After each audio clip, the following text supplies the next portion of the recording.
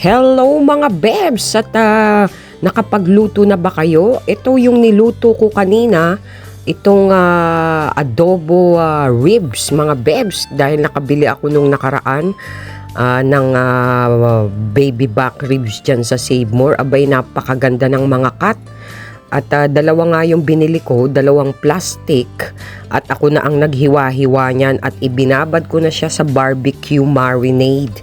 Hindi tayo mag-iihaw pero minarinate ko lang doon. Walang pakialaman. So bala ko siyang i-oven mga bebs, parang roasted ribs. At yan nga, isinasalansan ko na siya sa ating baking dish. Marami-rami rin yung mga nabili ko mga bebs, kaya hinati ko siya. Yung iba ay nilagay ko muna dun sa freezer para gagawin ko namang sinigang sa ibang araw. At ayan, binuhos ko na nga yung aking pinang marinade. At lalagyan din natin siya ng chopped garlic.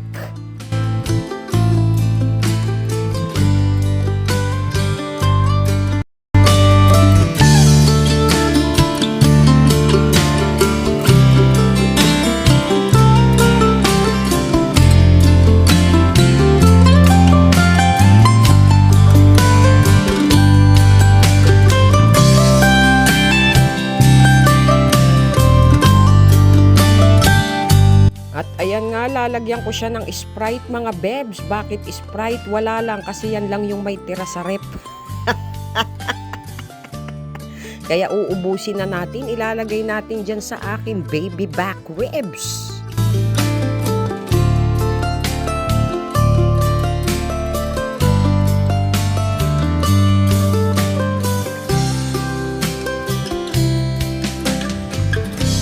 So naka-preheat na yung oven natin mga bebs. At ipapasok ko na nga dyan at iluluto ko lang siya ng mga 2 hours.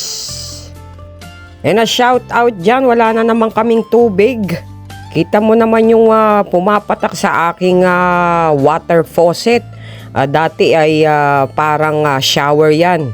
Ngayon hindi siya parang shower dahil nga mahina ang patak ng tubig mga bebs. O, ilang araw na akong hindi naliligo. Pero okay lang kasi mukha pa rin naman akong mabango. Kahit walang ligo. Ang kapal, bebs.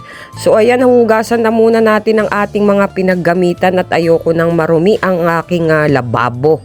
At baka tuluyang mawala ang tubig ay mag-iipon na muna ako dyan sa kaldero mga bebs para at least may mga panghugas-hugas ng kamay.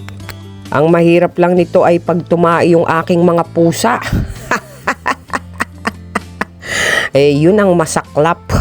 Manimantot dito sa loob ng bahay. At tinanggal ko na nga sa oven mga bebs. Pack up tayo dun sa oven. Dito ko na lang niluto. At ang tagal-tagal, 30 minutes na hindi pa nakulo.